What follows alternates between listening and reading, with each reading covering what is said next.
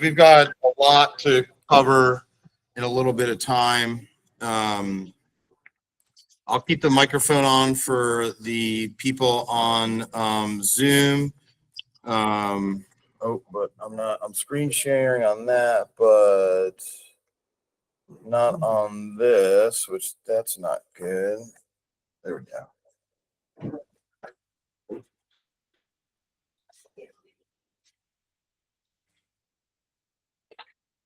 This up for y'all. Yeah, it's hard to see it.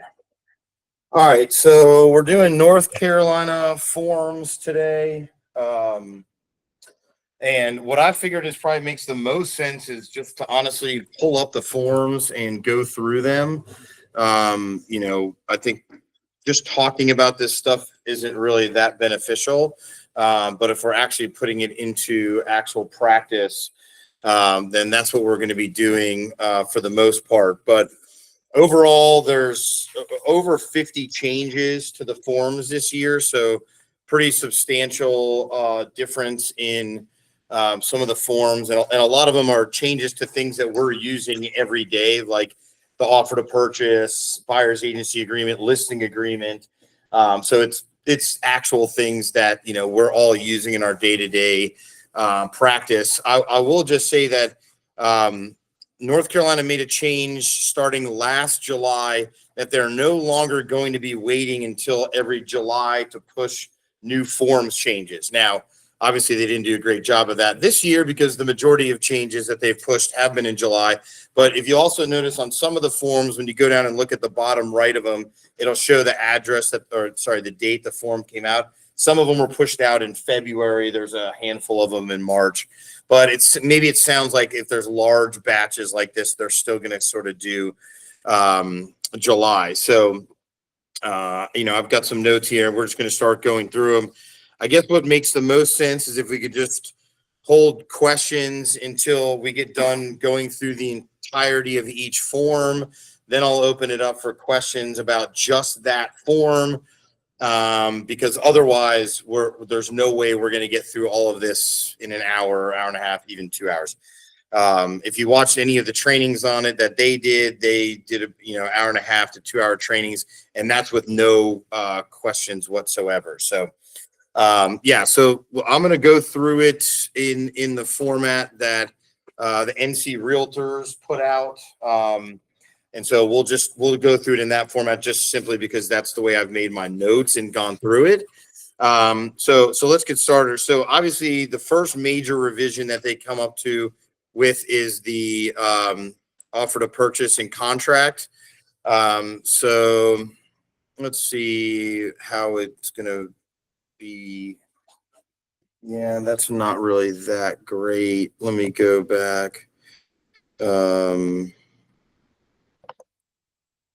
I'm trying to figure out a way to make it so that y'all can. Well, I guess what I can do is I can just move this over here, huh?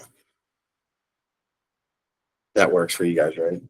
Yeah. Now you can see the whole form.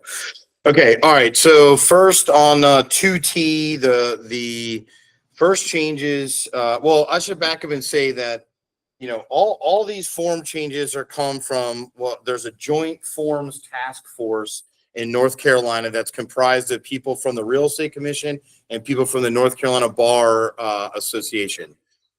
There's 2 seats right here in the middle.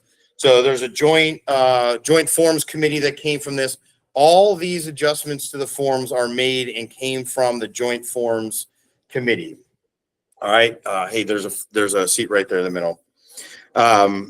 So that's where everything comes from. So the major revisions, obviously starting with the offer to purchase and contract, because as you'll see, a lot of these other changes kind of disseminate out from the changes that started here. But the main thing that you'll notice is that the offer to purchase has it's 14 pages now. I believe it is 17 or 18, including the signature pages. So the first thing I noticed was that they shortened it up by 2 or 3 pages.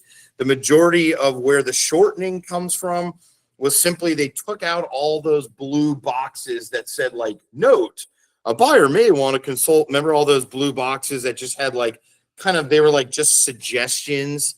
I think they kind of realized what I realized about 3 years ago when they put them in there, but suggestions are tacky in a legal contract, right? What telling people what they should or shouldn't do doesn't really have much place to be on the form. So that's the majority of where the shortening of these actually comes from. Was that you're not going to see any of the red or blue boxes about things we should just be suggesting people do, because at the end of the day, we're not supposed to be suggesting people do much with these forms other than fill them out. So the other main change that I really like on the 2T is that now on page 1, you basically have all the numbers that pertain to the transaction. So, obviously at the top, we still have the seller, the buyer, the property. Okay, nothing's really changed there. But then you look down here into the bulk of this, and man, it really, you've got all the numbers there like we had before, but now they've added the seller concessions. They used to be on page, I think, 8 or 9, which didn't make a whole lot of sense. They've now added them right to the bottom of the numbers. And you see here, seller concessions can now be a dollar amount or a percentage of the contract. So if you ever, especially it's kind of common during new construction, you see a seller's offering, a 1% toward closing costs or whatever. There's an option to put that in here as well. But then also you have the due diligence period and the settlement date all on page 1. So I like that the page 1 is kind of a summary of the majority of the main points of the contract. So that's obviously a big change, because all this stuff was either, on pages 3 or 9 or whatever. So, I think that's probably one of the biggest changes here, other than, in 1E, they also have the percentage of the purchase price. I think that kind of what I'm talking about is right here on E. I mean, that opens up the thing for people to start negotiating commissions as percentage of the contracts right here on page 1. I can't imagine that thing ends up holding for many years, but hey, at least for right now, that's what we have. But it seems oddly obvious that they added a percentage right under the dollar amount of the transaction. So we'll see how that plays out. But other than that, due diligence period, settlement date, not a whole lot of changes in there. But page 1 is now is a lot more informational for both buyers and sellers and agents, and keep us from having to look up and down all these things. Hang on, let me grab a chair.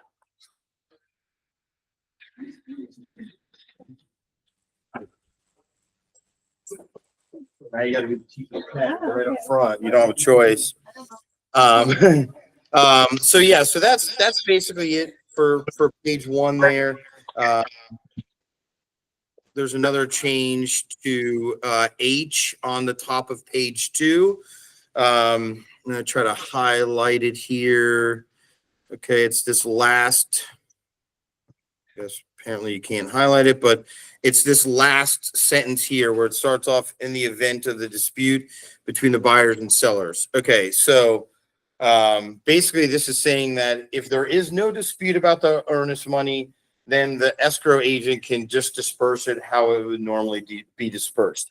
They're saying that, number 1, this is to cover the ass of when a firm is listed as the escrow agent. Technically, the firm was releasing that money to the closing attorney as part of the closing funds and then receiving it back in their commission. We know that that was all sort of getting washed out. That part doesn't really matter to us, since our firm doesn't hold earnest money funds. But then the second part, they were just saying that, a lot of times the dispute over the earnest money is handled on other forms, right? On the termination forms, which we're going to go over some of them later. But so they just added a sentence in here that if there is no dispute of the earnest money, that the escrow agent can disperse with it as they normally would according to North Carolina law. That's really basically it for that. Well, that's basically all on pages, I think, 2 and 3. In 2B, so this is like fixtures and exclusions. There's obviously all kinds of disagreements arising from all these, what's a fixture, what's not, what did the sellers take, what did the buyers want, all this stuff. So they added in, if you notice this paragraph or these bullet points, there's a lot more just detail. They're just I mean, I don't know how exhaustive they need to get on this list. But it just seems like every time the contract comes out, there's 50 more things on there. I notice now that there's like rain barrels, landscape water features, address markers.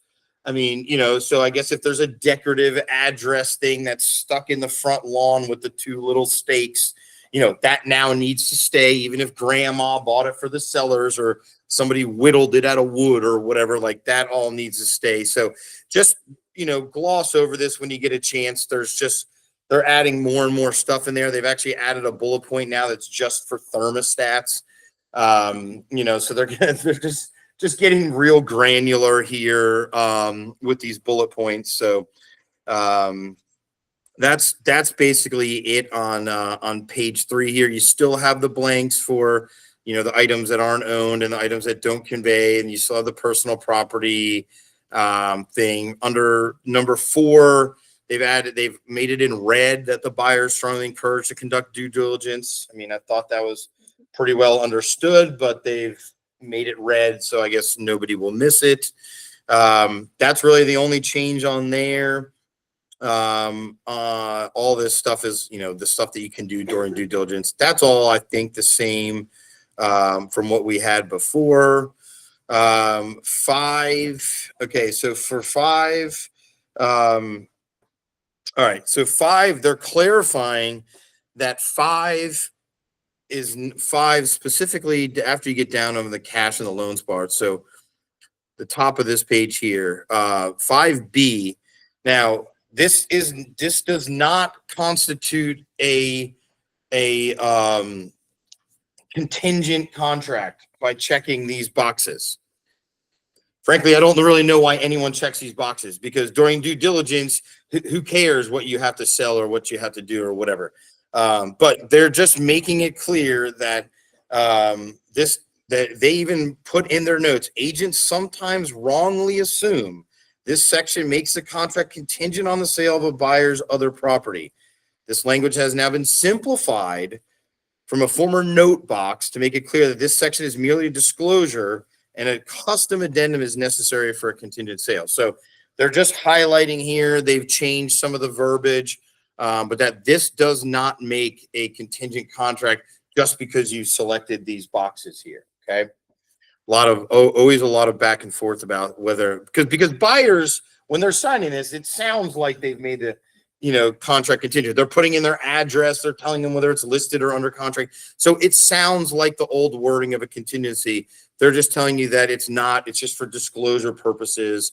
You're being nice to the other party by telling them they have something to sell. Okay. That's it for that page. Oh, I'm sorry. We'll go down to 6. On 6, they've added some notes about, and in fact, they've expanded this from, I believe it was only 1 or 2 sentences before, to now having 3 bullets. So 6A is regarding timely payment of earnest money.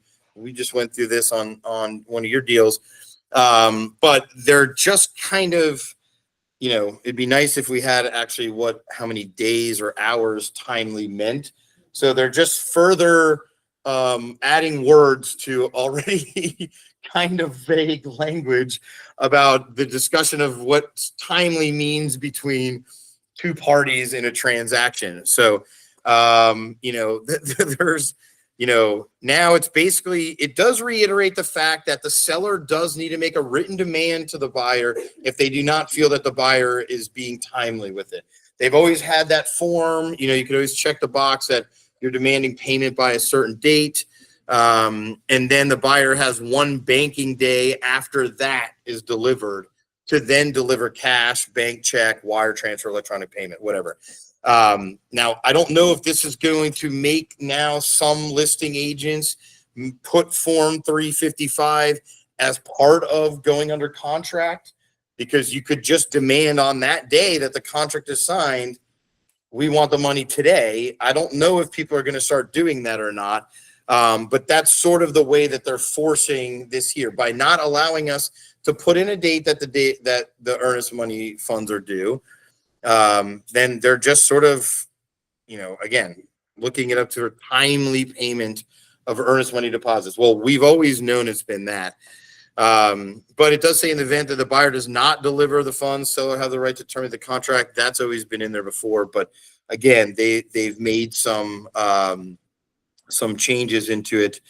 There's not it's always been this way, but automatic, there's not the contract doesn't get terminated if the buyer doesn't deliver the earnest money funds within 3 days, or the due diligence isn't received via the mail for 4 or 5 days. That's not an automatic breach, although they're reiterating to us that sellers can use that demand form, which that's been around for a while. And then if they don't get the money within 1 day, then the seller does have the right to unilaterally terminate. And we'll see as we get through some of these other documents that they've actually started adding the language back into contracts about unilateral terminations, which I generally like. Let's see, as we go through here, I think the only, they've added in red about lead-based paint that the buyer is not obligated to purchase the property if they do not get the lead-based paint form. So they're just getting a little bit more serious and trying to crack down on sellers not using the lead-based paint form. I've never had a problem with it's never been really a game changer, but they've put it in red. So I guess they want us to talk about it today.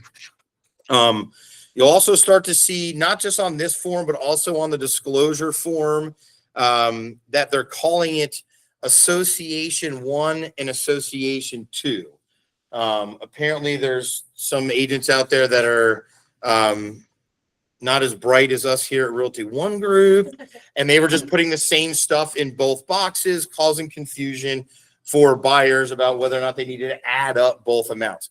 What is this is used for? It's the same thing on the disclosure statement. This is used for communities that have usually 2 associations, a main association that covers the whole community, and then sub associations for townhomes or patio homes or single family homes, when there's a multitude of different property types in the same community. There's tons of neighborhoods like this. Hundreds of them. Raintree across the street, Highland Creek's had these disclosures since the day it was formed. Even in some of the 55 plus communities, there's different types of homes, whatever. So they've the only change really is just they change it to name of Association 1, name of Association 2. So in my mind, it sort of works that you should make the parent association Association 1, right? Like Bridgehampton Homeowners Association is 1. Then number 2 is the single family homes or the townhomes of that HOA, right? The sub 1 should be number 2. And then, then the buyers would be adding up, and you would be adding up the numbers there to get the total association dues. Quick question. Yes. Do we have to fill the complete information for both associations, or only with the name and telephone numbers? Name of the name of the association, the seller should be able to get on the bills. This should be filled out by the sellers. So whenever you're making an offer on the buyer's behalf, it is okay to leave several sections blank that you intend for the other agent to fill in. Now, you might need to remind them that they need to fill in some of these things. But for instance, on the previous page, how could you possibly know about items that are leased and not owned by the seller? There's no way for you to know that, as well with fixture exceptions. Fixture exceptions need to be on the contract. Just because it was written in MLS does not include a fixture exception. It needs to be in the contract. So this would be a part that I would just be mainly leaving blank for the sellers to fill out. But if you're the listing agent and you're getting a contract, the names of the associations will be listed on their bills. On the seller's bills, they will be broken out into how much is going to each of the associations. I would typically leave this part blank. Now you can get it from the disclosure. The disclosure statement is going to look exactly like this. So if they filled that out properly, then you can take that information and fill it in here. But yes, name of the 2 different associations, the different amounts for them, and then the contact information, which typically should be the same for both. Okay. So that's those are basically everything else you'll see is the same, other than of course, like they took out the closing cost credit from being further back and put it on page 1. All the stuff we went over on page 1, obviously that's all been moved to page 1, but the rest of the verbiage and language of this is the same.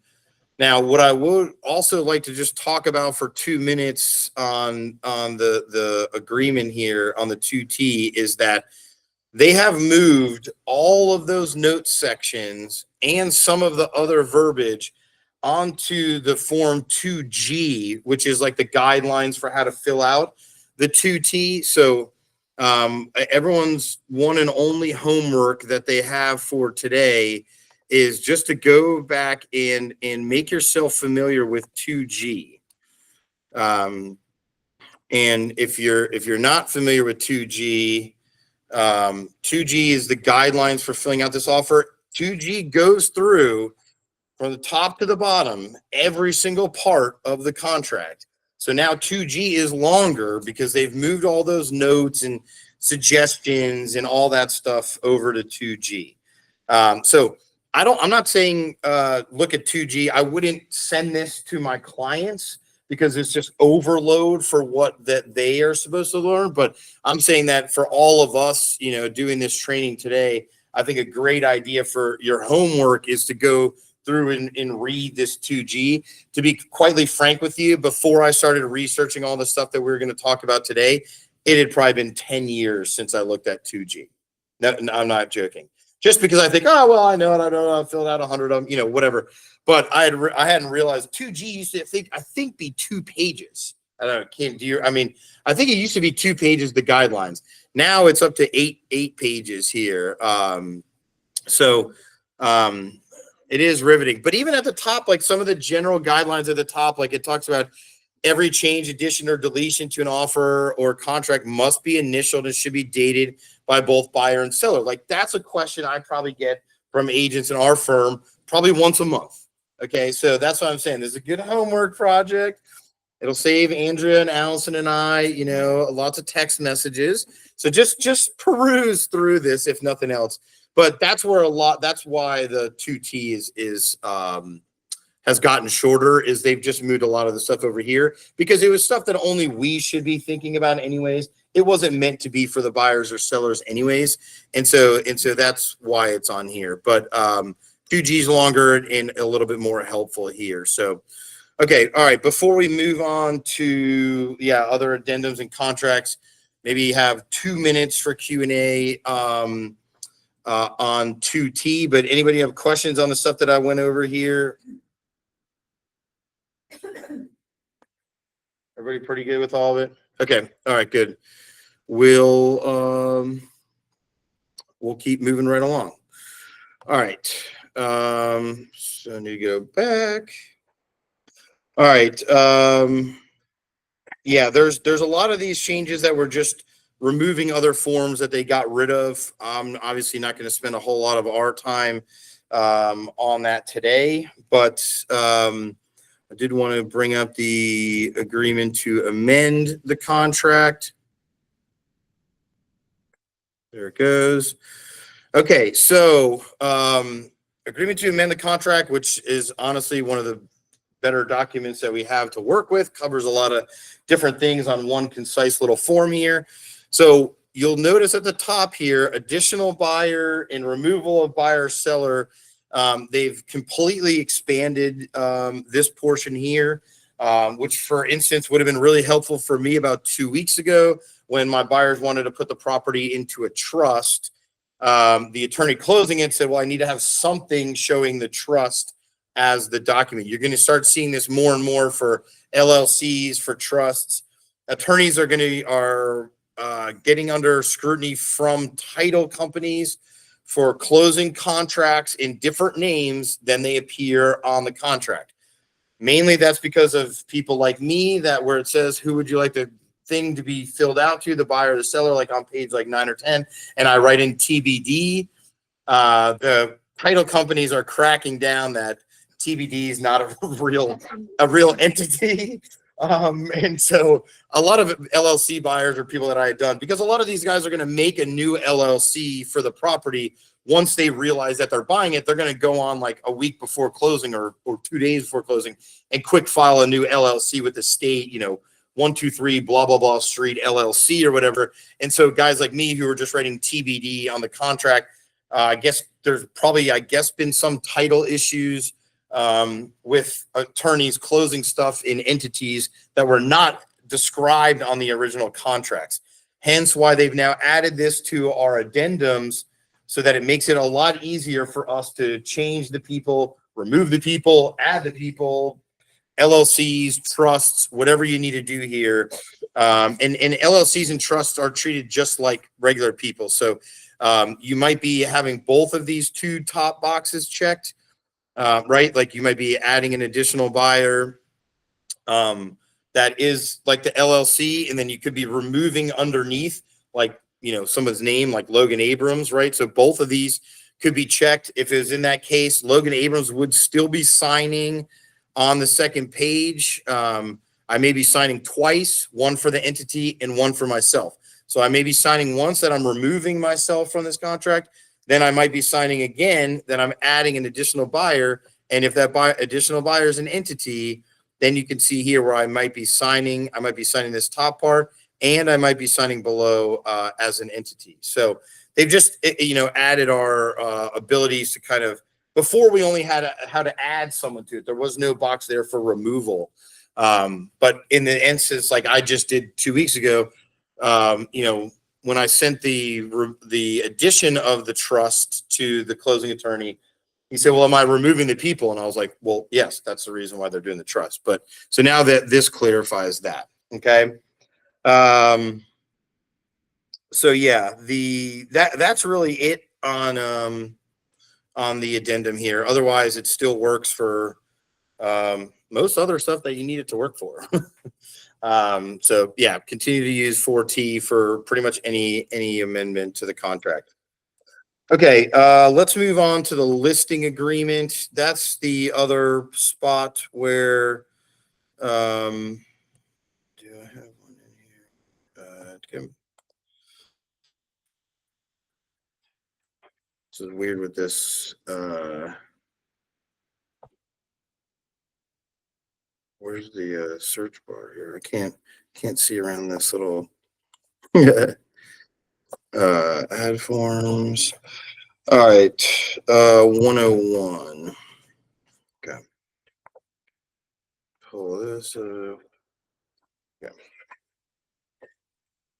Okay, yeah, it's showing up on their feed as well. All right, exclusive right to sell listing agreement. I would say, other than the 2T, this one probably has the bulk of the changes on it. They're still having a lot of problems with the listing agreements and the commissions on them. I will tell you that they did help clarify one of the things on here. So if we, I think first page is pretty much the same. Again, you'll see they expanded all the fixtures and they made the contract now match this. That was one of the things I didn't realize that until I started looking at this. What we had in the offer to purchase was not the same as what we had listed as fixtures on the listing agreement, which seems like a kind of an easy oversight. But anyways, somebody was figured that out and made them be the exact same. So that makes sense to everybody. Okay, so yes, so on. Yeah, the marketing date, all this stuff is sort of the same. Marketing risks. Okay, here we go. So on 7, so they've added some lines here. They've tried to make this easier for all of us. But the question has been, for as long as I've been doing this or longer, that, when you have, let's just say the commission is going to be 6% and we're giving 3% to buyers agents, that the way it always looked on the forms before was that you were adding the 6% plus the 3%, and sellers were saying, hey, this looks like 9%. And we were always having to tell them, no, the 3 is being offered from the 6. So they are still, God knows how many years later, still trying to make this clear for everybody to understand. Okay. They have added some other lines in here for flat fee and other fees. So apparently some firms are, charging a marketing fee, or this, you could put a transaction fee. If you wanted to charge our Realty One Group transaction fee to your sellers in this instance, you could put that on here well as an other quote fee. Or you can have your own schedule attached if you really wanted to get that complicated with it. But they're hoping by putting these things here next to each other, that it will clarify this stuff here. But they're also, they're telling them that they can negotiate these fees, which that was in it, the last change that they made as well. But now they're saying down here, they've clarified C a little bit more, to have the firm is authorized to offer a percentage of it, or the seller is doing it. But what I like more than anything is D, total cost. And I don't know why in the hell it says optional when they made a big deal about adding this to clarify for everybody. But the total cost in our example would just be the 6% of the gross sales price. Okay. But they've just kind of snuck in this D, total cost, which I think all of us should be using that, because it helps clarify and make it concrete for the sellers exactly what the fees are. Or if you want to put in there 6% plus the transaction fee, or whatever you're doing, all of us can do whatever we want to do here. But I think this is a great box to fill in with the total to make it more clear for sellers. I mean, personally, I've gotten this question hundreds of times. So I don't know, that might cause a lot of sticker shock, even though they can calculate from the percentage. well, you can put 6%. Right. Yeah, just write in 6% or whatever. Yeah. Yeah, the question was, they might get sticker shock if you put in the dollar amount, and the answer was you don't have to do the dollar amount. You can do that. And the reason why they're saying the total cost was in there was it had to do with if there was a variable rate structure. I don't think it should be used just in that instance. I think it should be used all the time, because otherwise, again, it's going to be the same thing here. Firm's fee, they assume that's just coming to the listing firm. And then down here again, but really it's not. It should be the total compensation, because that's where this is then derived from, whether the firm or the seller, whatever. Again, you can also attach a policy if it comes to that. Let's see here, 7G. Okay, no, we're on to 11B is the next change. Okay, all right, yes. So dual agency, no proper North Carolina Real Estate Association training would be done without some mention of agency, because that's apparently what they think we're all out here talking about every day. But okay, so what I wanted to describe here and what they're describing here is not exactly the same, but what I wanted to describe in here goes down to B, where the initial only as applicable below. The problem that I see over and over and over again in our firm, and I'm sure in every firm across North Carolina, and I've asked Amanda to crack down on this, is that DigiSign and SkySlope just put these boxes and make all of them optional. Okay, first off, all of them can't be optional. And second of all of them cannot be filled in.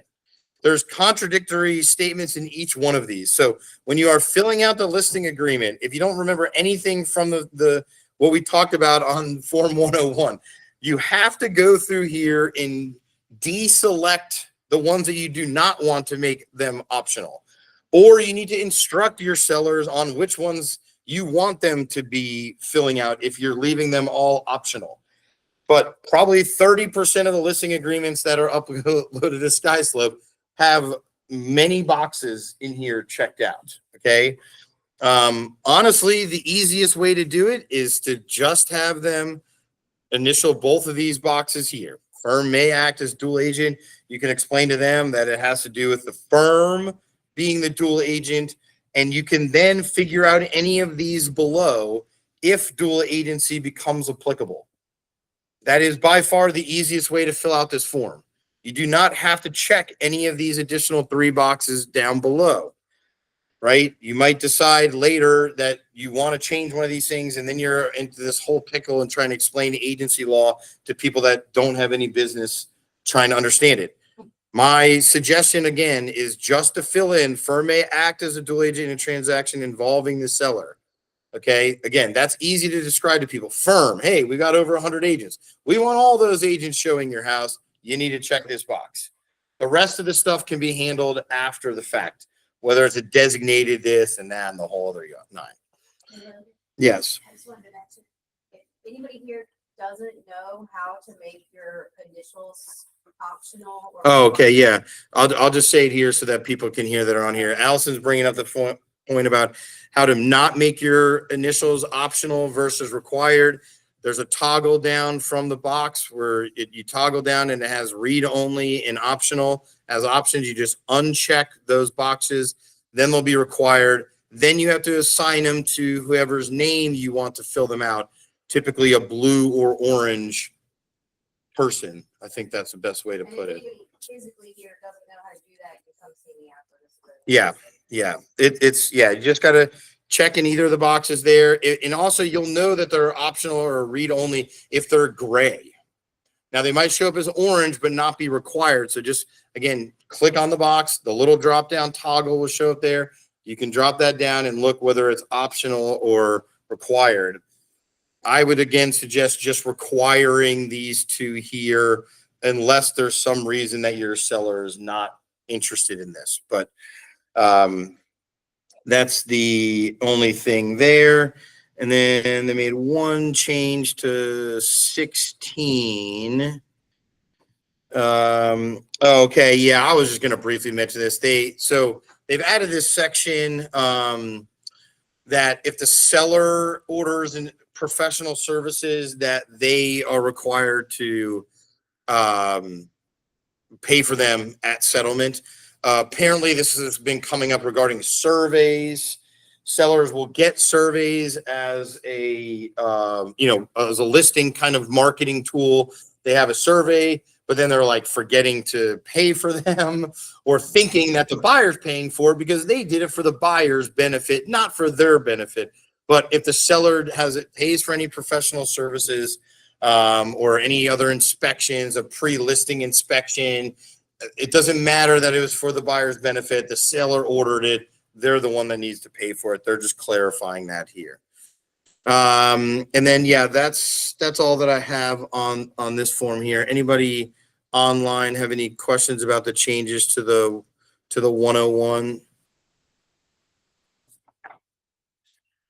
No. Okay. We'll keep moving along. Logan, if we already have a listing in North Carolina, do we have to No. change? The question was, if you already have a listing, do you need to update this paperwork? No, everything's goes off the date that it was executed. So now if you're executing new ones, well, technically starting last week on the 1st, if you're executing new ones, it should all be on these forms. Another question that probably will come up is, are these forms already in SkySlope? Yes, they've already been updated in SkySlope. You do not need to do it, but I will say that if you started working on something a couple of weeks ago and it just wasn't executed yet, look at the very top of SkySlope. There'll be a little drop down with a little light blue box. They could have made it a little bit more noticeable, but it'll say there is an updated version of this form available. Would you like to update? If you click that link, it'll actually keep all the data that you've already typed in there, but it'll update it to the new form. So if you started a listing agreement 2 or 3 weeks ago and it just hasn't gotten executed yet, just look at the top of that and it'll update it for you in SkySlope. Okay. All right. Yeah, they got rid of some forms here. All right. The next thing I wanted to talk about is something that honestly I do not use enough, but I think all of us should use more. And they've actually made it a little bit better. So we're going to look it up. But it's the seller net sheet. And I guess it just depends on where you started your career, whether or not you use this or think that it's important, because some firms have strong opinions on this and other firms just don't even ever bring it up. So, but they've added a lot. What I just noticed on this is that they've added a bunch of boxes on here. And just, I don't know, they just kind of made it a little bit clearer and just like easier with like, pre-marketing expenses, you know, mortgage expenses, and like the compensation and all that sort of stuff. So I think this is something I want to try to get better about doing with people, because it's a question that every seller has at every listing appointment I've ever been on. And if they don't ask it, I hate to break it to you, they're still thinking it is, what am I going to net after all this? Especially if you just spent 10, 12 pages going through with them about the fees and the costs and all that stuff. It's a lot better conversation to have, like, hey, see how much money you're going to be making from this versus like, see how much you're going to be paying us, right? So a good way to do that is on the net sheet, so that they can see that, oh, while these fees sound like they're expensive, you know, after you pay off your mortgage and this and that, you know, here's what your net number is going to be at the end. Especially if you're dealing with any older people, they love, that's the only time I've actually done these seller net sheets is for my, you know, AARP sellers in the past. But I think I want to start doing it just with more and more people, because, you know, I always used to just tell people like, oh, you know, take the commissions plus another couple grand and you'll be good to go. But I could do that math in my head. 98% of Americans probably can't run percentages on, you know, $800,000 and then another couple grand, like in their head. So anyways, I just noticed that they had cleaned this up and added some lines to it. And you can actually, you know, they've even added with the revenue stamps in there. Odd that I learned that they were $2 per thousand in here. They've put them as $1 per 500, which probably sounds cheaper to some marketing person somewhere. At the end of the day, it's still the same number. So anyways, that's just a little, you know, overview on that form. So we'll go into the buyer's agency agreement next. I think, also, I think if I pull them up this way, they're a little bit bigger on the screen, right? Versus the other way. Probably because I'm blind and they're at 150% already, but don't tell anyone. All right, so buyer's agency agreement is next. So actually they didn't really change this that much, because if you remember, last year they took it from 7 pages to 3 pages. So the bulk of the changes with the buyer's agency agreement happened last year with, you know, Form 220 and, you know, having to do all this commission nonsense. So this year, there's not a whole lot of changes to it. Again, they have tried to make the fee for service section cleaner. Okay. That's the main change that you guys should be taking away from this. Is that they have made the fee section. So, you know, I think a lot of this too is because there's a good amount of agents out there now that are starting to include some sort of, you know, either fee if the buyers don't buy anything, or which, you know, is not technically a retainer, but it could be on the back end. But there's a lot of these like larger teams and stuff are starting to put in there that, you know, there's a minimum $1,000 fee, or there's a minimum this or that. So they wanted to add some other lines and make it, I don't know, I guess a little bit easier. Like they added the flat fee and the other specific amounts down here. You know, so again, if you're adding, you know, if you want to get a commission percentage plus a transaction fee or something, they want it all being here in the same. I think what happened was a lot of people were just writing it in the additional provisions part of it, and they didn't like that because it's kind of tricky for the buyers to understand that language. So they've tried to clarify this on the to make it a little bit easier about what the buyers are paying for. So yeah. So anyways, that's the main change on this. They also changed 4C. Oh no, C13. They also changed 13. Okay, yeah, they've added some other. They've added to the wire fraud warning. They've made it red. I mean, there's just a couple of other things in here, but for the most part, it's really just the fee sheet. Again, I'll reiterate on the part about agency, same as the listing agency. You cannot have all of these boxes filled in. They cannot all be optional. Something needs to be filled in here, but really at the most, there should really just be 2 lines. One of the lines up here and one of the lines down here. That's if you want to fill it out completely. But again, the firm act as a dual agent involving the buyer is still probably the easiest and most simplistic way to have agency described on here. But yeah, those are the only real changes on here. Again, it's mainly revolving how we're describing fees to the buyers, which again, that's they're still struggling with that part of all this. Okay. Let's move on to some of these terminations because they've made a good amount of changes on them. Actually, we're making pretty good time here too. Trying to waste everybody's day with all this nonsense. Okay. So anyways, this is Form 350, Notice of Unilateral Termination, Buyer to Seller. So I like how they're bringing back this unilateral termination.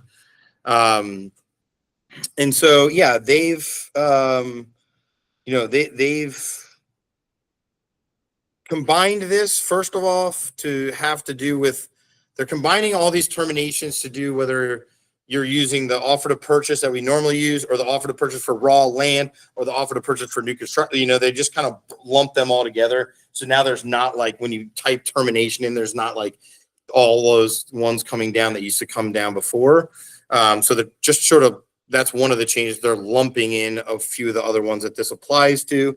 And so whenever you're doing that, then obviously there's more check boxes in here for more things that the termination applies to. So the other part that I want to put out down here is that there is now a box in here where after it tells the buyer strongly to advise to seek legal counsel, hence us, but not supposed to be us. But there is now a part here where you can describe how the earnest money is going to be distributed and if the buyer does or does not agree to the release of the earnest money. So this is a good forewarning of how the earnest money dispute is going to go.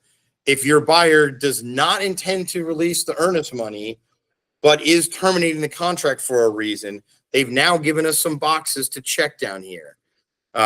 Whereas before it was just sort of assumed that the earnest money is gone. Right now they're just saying, well, not so fast. A buyer can just say, hey, not so fast. I do want to terminate this contract.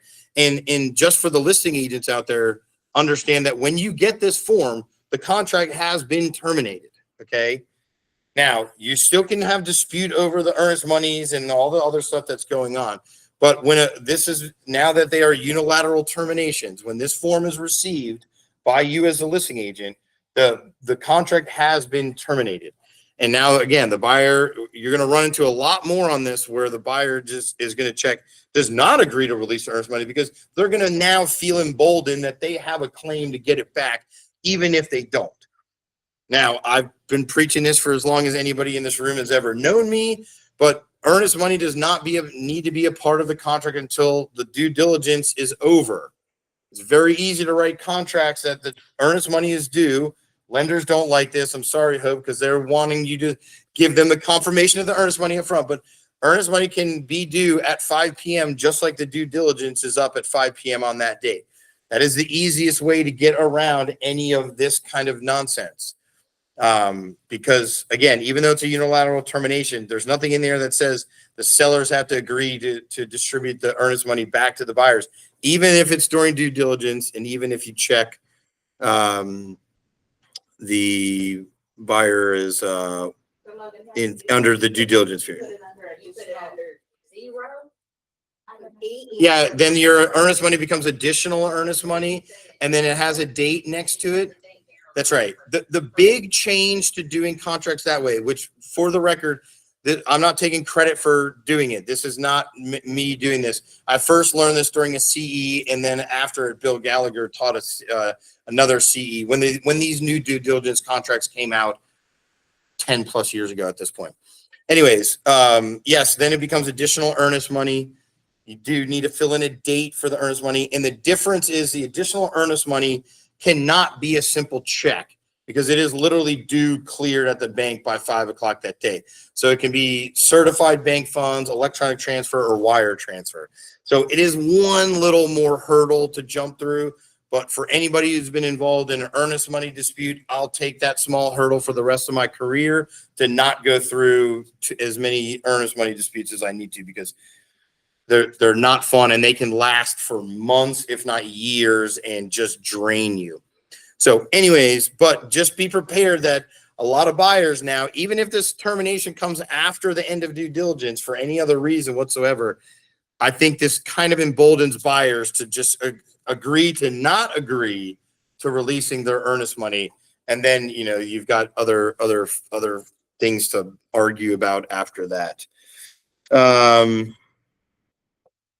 Yeah, so that's mainly the difference in this here. Okay, there's also the same thing, 352 is the seller version. I will say that they did do a pretty good job of trying to mirror up more forms now. So again, there's obviously not nearly as many reasons for a seller to terminate a contract like there is a buyer. Sellers aren't afforded all the same outs in a contract of all the stuff that a buyer is, but there is obviously reasons where a seller might want to terminate. Again, this failure to deliver the timely monies. Remember that before you send this, you need to send the 355. That is the demand for the earnest monies. They don't put that in the training on this form, which I think is ridiculous. Even on the videos that I watched, they don't talk about that. But if the seller is wanting to terminate because the buyers haven't given the monies in a timely manner, please note that you would have had to already send them the 355. You don't need to get it signed or sent back because, again, this is a unilateral termination. But you need to at least have sent the demand form, which is 355. And then now, again, they've added this part down here that the seller is trying to advise to seek legal counsel before choosing one of the next two reasons, which is one, they're calling the buyer out for breaching the contract, which you're going to see just because when it comes to dates on closings and this, there's a lot of sellers that if the house isn't closed the day that's put in the contract for closing, they feel that that's a breach, even though it's not. But and then the seller can give now termination without providing a reason. Good luck with that one. But yeah, those are the other than that, it's basically the same form as before. Shouldn't be too many sellers, hopefully not terminating contracts. That's never a good look for agent, seller, or anyone involved in the transaction. Doesn't typically end well for the sellers is what I'm getting at. All right, so let's move on to the other termination, which is that generic termination, which we've all been using mostly in the past because, there wasn't a lot of these unilateral ones. So the one that you all will probably look with more familiarity is the 390.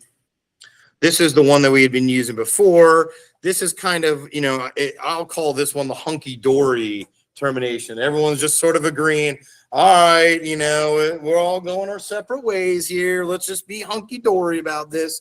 But this is what most people have been using, previously. So, there's the main things that they highlight on the training of this is that it is not necessarily necessary to use all signature lines when filling out this form. So then I was like, wait, what?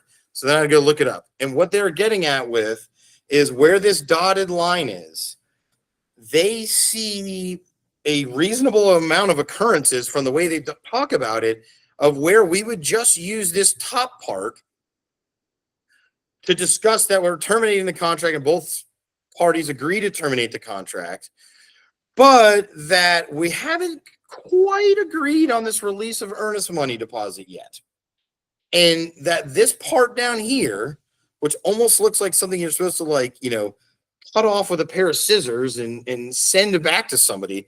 But this part down here at the bottom can and should be used at a later date. This was news to me.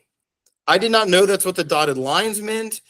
And I assumed in using this form that you had to come to an agreement on how the monies were going to be distributed before having everyone signed. Apparently, I'm not the only person who has had this theory for as long as the form's been out. And they think they're correcting it by putting in bolded dotted lines. They're not just dotted lines, they're bolded dotted So lines. are they requiring you to sign it at different times? Yes, that's why they have the date fields and the other lines down here to be different, because their intention is that while you may agree that the contract is being terminated, that it may take a while for the parties to agree on how the monies are being distributed. So there'd be two ways to fill this out. So if everyone is agreeing, then you check the do, obviously, right? They agree on how it'll be, and then you're writing it down here. If you check the do not agree, then obviously, please don't fill anything in here if the parties are not agreeing. Okay. Now, if you're sending it over thinking that everyone is agreeing, certainly put it in here and then send it over. I do think it's also interesting that there's now lines for the buyer and lines for the seller. It used to just be how much is going to the seller, either all or basically nothing.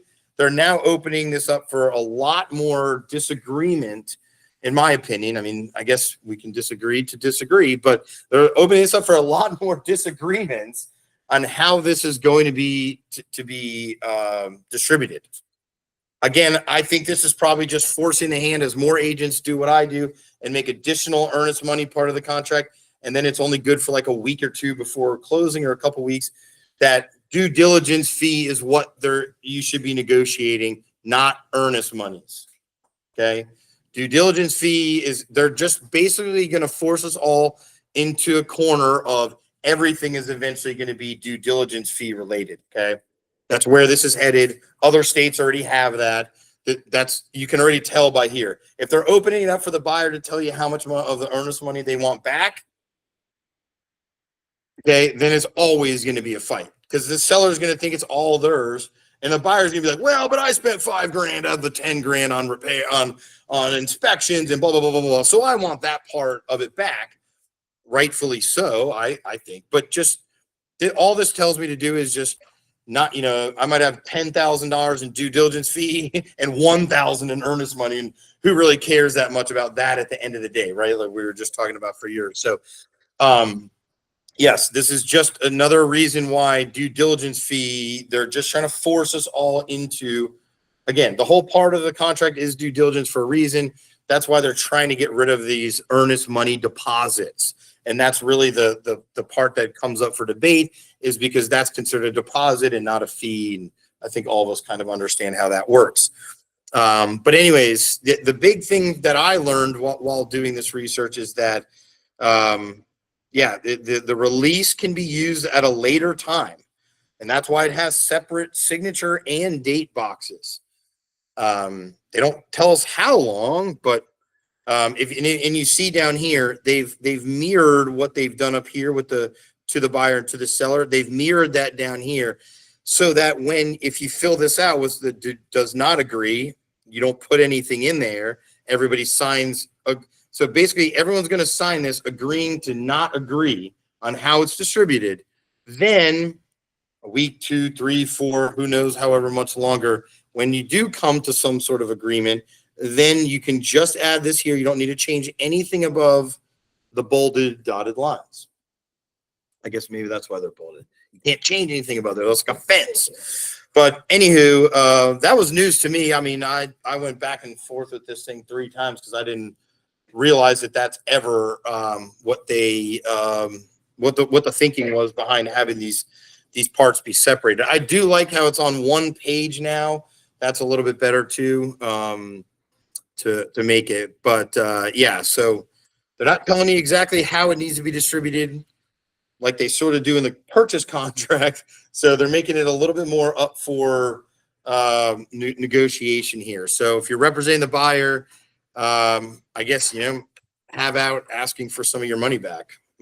That's certain. That's what's going to happen here. There's no way around it. All right.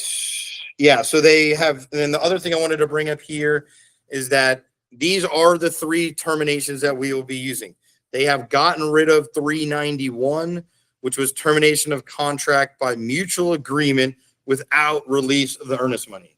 That's now part of this. Okay.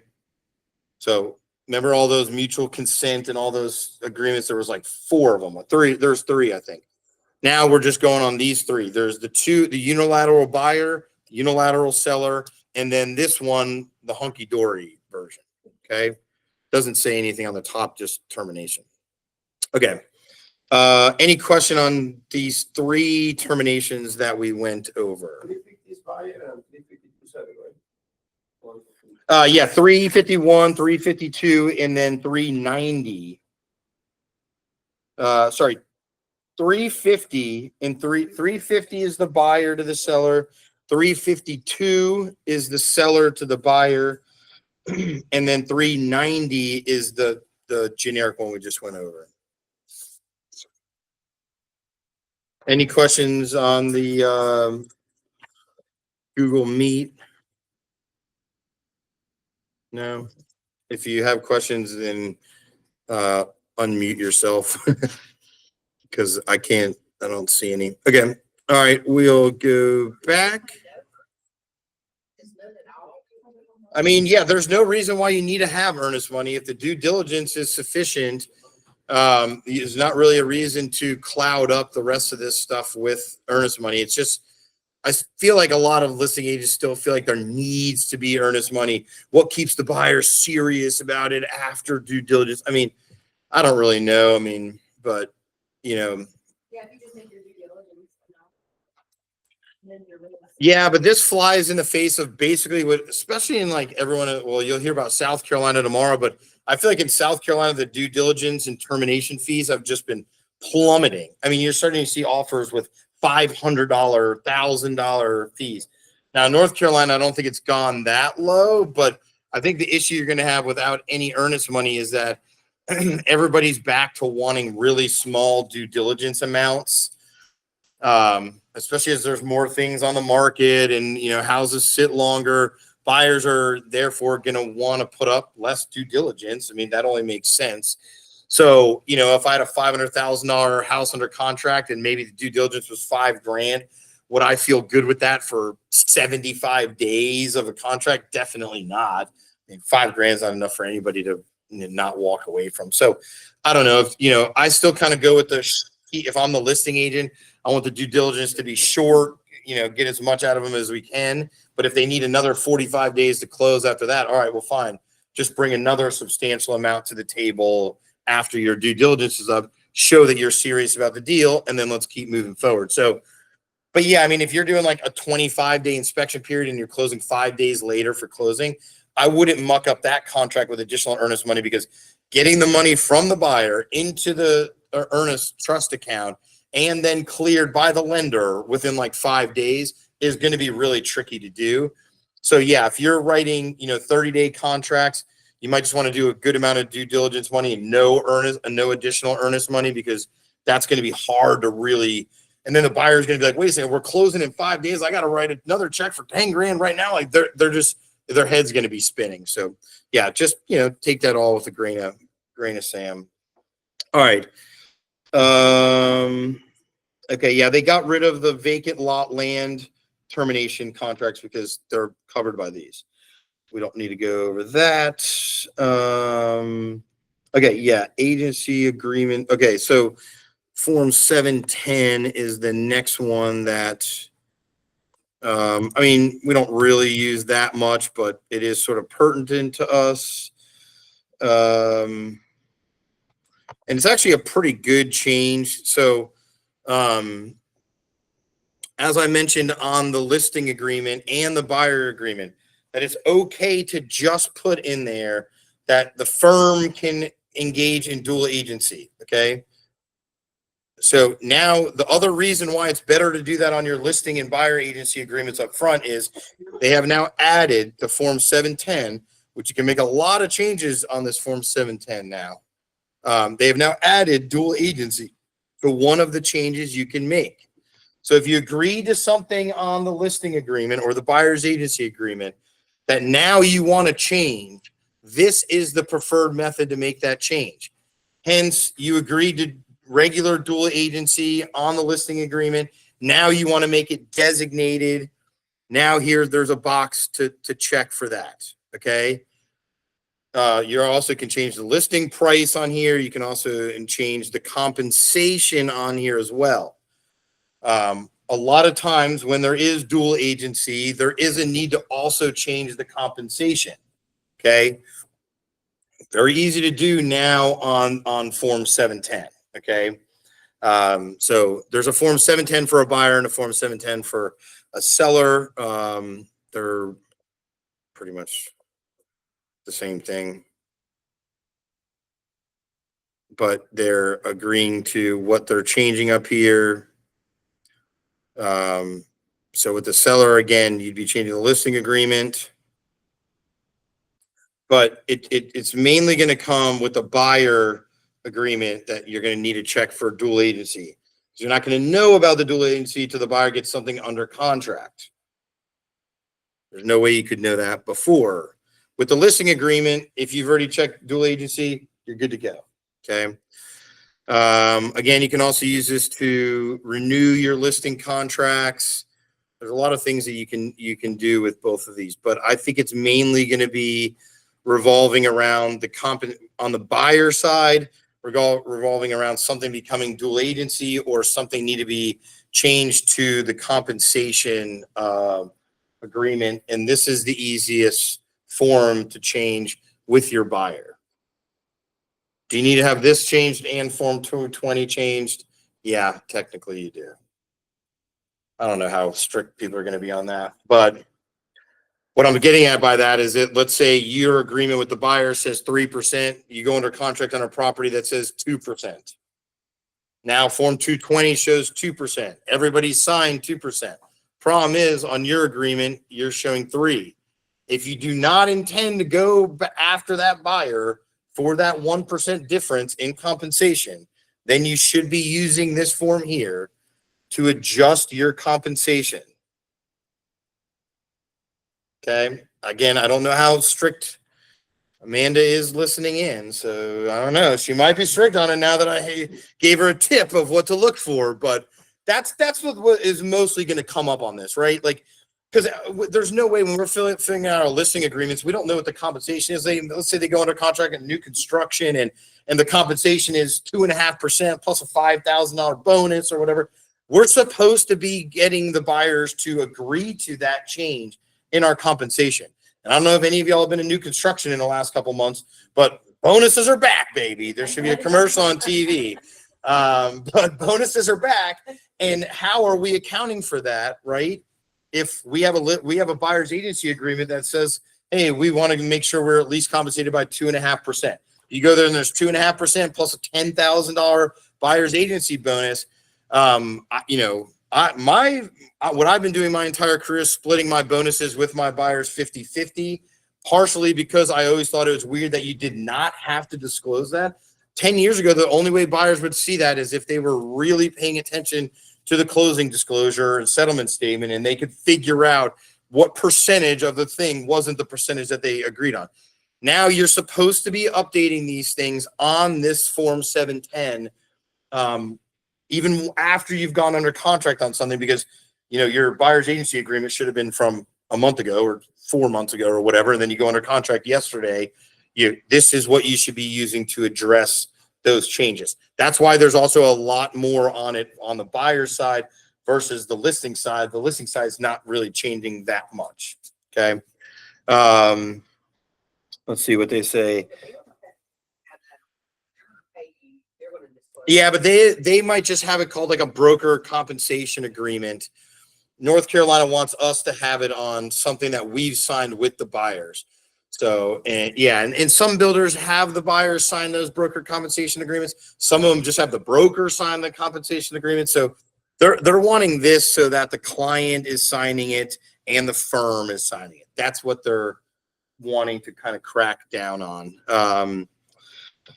But yeah, as an addendum, number blanks at the top. So yeah, you can, if you're changing, okay, they added an other box That's not really that hard to figure out. But yeah, the section is now easily able to change dual agency with a client. That's what they're highlighting this year as the main change here. Okay. Everybody good on that? Okay. Yes. Now bring up something that I have not come in front of, but maybe some people have. Apparently at closing now, there has been a lot of brouhaha between listing agents, other firms, builders, all these people, where they've been requesting a copy of your agency agreement. I guess if you said, hey, look, I got an agency agreement that says I'm getting 3%, you guys got to do that. Then they've now been asking for it either at or before closing as a way for you to prove to them that that's what you have, which you do not need to give them.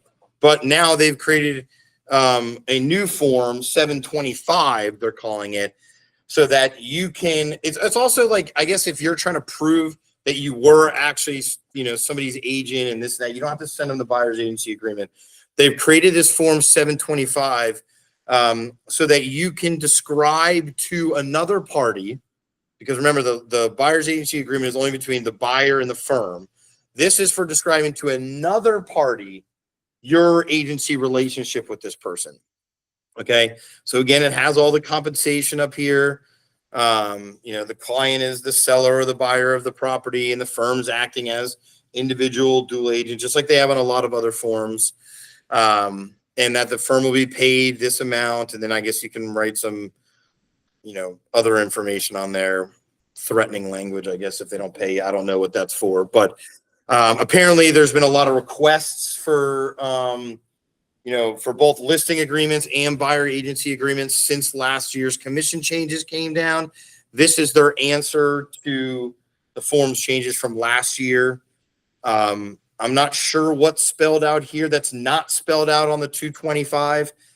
If all four parties, both buyer and seller and listing agent and buyer's agent are signing form 220, why isn't that good enough to describe to people what you're being paid for? But apparently there's been a lot of disputes and disagreements about it. So they've created a new form to try to address that. I don't know. But only if we are asked to send it, or we have to say. Yeah.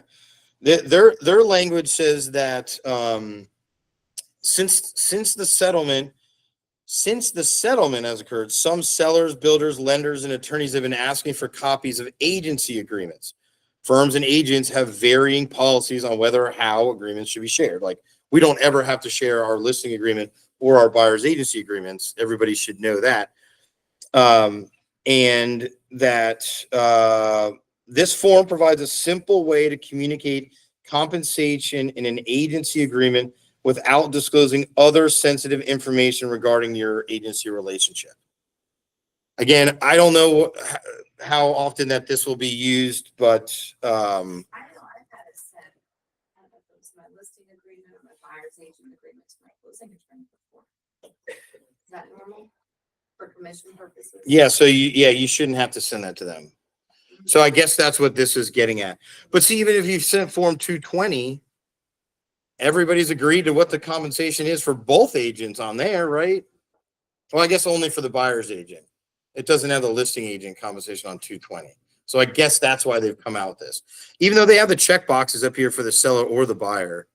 But the buyer's agency commission is already on 220. So but I guess for listing agent compensation percentage, yes, you never need to share your listing agreement.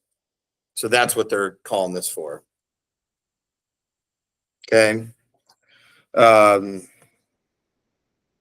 Yeah, so they also saying that they've eliminated form 770, the disclosure of compensation, but we just went over that form 710. That's where you're going to basically be making all those changes to compensation after you've gone under contract with a buyer. Okay. That takes the place of having to go back and change your buyer's agency agreement. Okay. I get a lot of questions about, do I also need to go back and change buyer's agency agreement? No, you're going to use 710 Yeah, I'm not gonna use anymore 772. That's right. Yep. 710 instead. Because they moved those check boxes for the compensation, the flat fee and all the different forms. They've moved that from 770 over to 710. So now it's both on the same thing. Okay.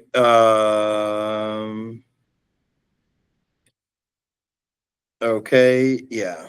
All right. So the last one, not as over the time as I thought. Okay. So changing contracts for new construction. Again, this doesn't really happen that often. But again, if you need to add a buyer or remove a buyer, if you're changing the purchase price, or if you're changing like any construction fees that are being changed, I don't see this coming across many of our desks. Personally, I don't think I've really used much of the new construction forms that NC Realtors has come out with. I feel like this is more of a rural type of situation where builders do not have their own forms and therefore they're using new construction forms. In Charlotte, most of the builders that we're working with, they either just use the normal forms or their own. But Logan, yes, I'm going to interject on this one because we have a lot of agents representing buyers buying new construction homes from like small builders and things, and they are not using any new construction addendum or new construction contract. And these do include some good stuff that protects the buyers. So, Yep. just put a That's plug all. in there. Yep. Yeah. Thank you, Amanda. Yeah. I mean, in the instance, like even when I'm a builder and I do stuff, I would have to use these because I don't have my own contract. So again, like if you're just not dealing with a Pulte Homes, Lennar or whatever, if you're dealing with a local builder, then still use these contracts. And so they're just saying that they've come out with an amendment form. So instead of using the normal 4T that we went over where they have adding the buyer and removing the people, they've done similar. They've created this whole new form, which agreement to amend the purchase contract for new construction specifically. So if you're using the new construction purchase contract, which Amanda was just advising, that does have good stuff in there that covers you for longer. Things like, for instance, in North Carolina, there's just a state statute that a builder has 2 years to build something. That's obviously not covered in our normal purchase contract, but it is in the new construction contract. So if you're doing new construction, infill lots, buyers buying properties that aren't a big production builder, please use the new construction specific forms. They already had the offer to purchase and those were already agreed. There's no changes being made to those, but this is a brand new form that they wanted to have their own amendment. And I think it comes down to a lot of, builders want to have, you pay X deposit up front, maybe X deposit after drywall, maybe X deposit after you do a walkthrough or selections are made or whatever. So they've now given you, some trigger events that you can come down here. But they've also added the plans and specifications. A lot of buyers assume that they're getting the builder plans. The builder plans are the builder's plans. They're an asset to that company, they do not necessarily get given to the buyers just because they bought a house.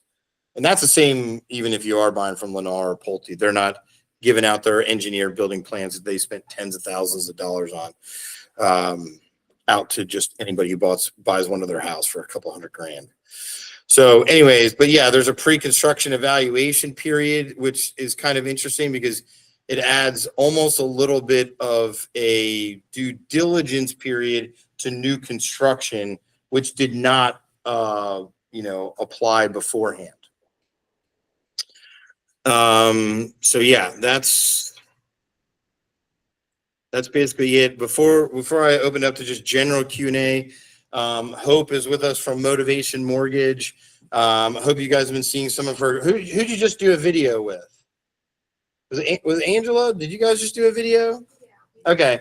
Hope you guys have been seeing some of their cool listing videos. So you don't have to have Hope in your video, but I'm sure it adds street cred. Probably gets you more likes than if it was just me in the video. But anyways, I hope you guys have been, using the Motivation Mortgage partnership that we have. Even not just obviously with your buyers. I mean, that's who they can help the most, but on your listings, those fancy edited videos that, a lot of us have been posting, those are through using Motivation Mortgage's video editing partnership that they have with us that makes those videos free for us to use. Now, a couple of mine, I did use the same photographer for the listing photos because I figured, why have this guy out there for an hour and not just do the whole thing? But you're not required to do the whole thing at all. You can do those videos. They'll send you back like the clip that's, shareable on social medias and all that stuff. But Hope, do you want to say anything else? You'd have to come up here so that the people on this could hear you as well. But do you have anything else you want to share with the group? Definitely don't leverage us for, listing videos, open houses, stuff like that. I love the help any way I can. Angel and I are going to do a video tomorrow for Nice. the listings. And then, just any way I can help. I'm here to help you guys and help you grow as well. So. Yeah. Reach out to Matt, reach out to Hope, reach out to Tyler. And then they just add, what's the tall guy that just added to Cam? Okay. Cameron McSwirly. Okay. Yeah. Cameron McSworley is another person who's also going to be working with us. I've only met him once at the Tipsy Pickle event. Oh yeah. Also, we are doing a Tipsy Pickle event for Gold Club on July something. Allison, do you remember the date is? Probably 2 weeks from today or a week from today. I'm going to say it's July 15th. If I'm wrong, listen to what Taylor says about that stuff, not me.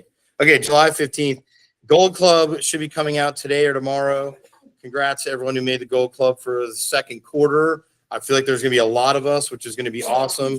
We've rented some courts up at Tipsy Pickle, which is a pickleball bar extravaganza type place. I don't know how to describe it, but even if you don't want to play pickleball, there's certainly a lot of stuff to say. Say Tipsy Pickleball 3 times fast. That's not as easy as it looks, but yeah, that'll be next Tuesday. I don't know. I think we got the courts from 5 to 7 or something like that. So we'll have drinks and appetizers and stuff, and then also can come and play some pickleball and have a lot of fun. But I feel like there's going to be like maybe the most ever for Gold Club. So we want to do something super fun for everybody. But yeah, so reach out, use this Motivation Mortgage partnership that we have. We had a bunch of agents that are using it already that have had really good success on getting buyers under contract. Someone reached out to me a couple of weeks ago, said that they really loved working with the loan officer they were working with, closed some things. We even had a DSCR loan. One of our agents had an investor who used one of their DSCR loan programs. I think that closed in June or something like that. So a lot of the agents in the office have been having success. I'm not going to talk my own personal experience, but there's, it's not just me. There's dozens of agents at the firm that are partnering up with their agents, doing open houses with their agents on their listings, where they, enter them into a raffle. So you're getting people's contact information that way.